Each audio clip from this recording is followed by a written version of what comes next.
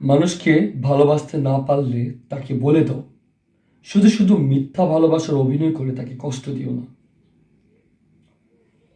একটা মানুষ আরেকটা মানুষকে কখন ভালোবাসে জানেন?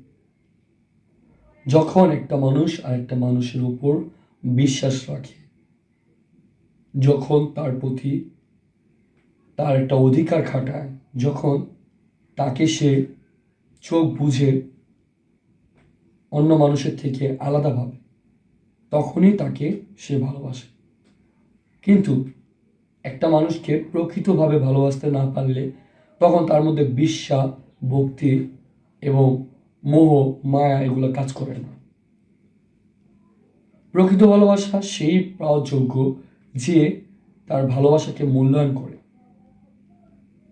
শুধু শুধু মিথ্যে ভালোবাসার মায়ায় পড়ে কাউকে আপনার সে ভালোবাসা দেখানো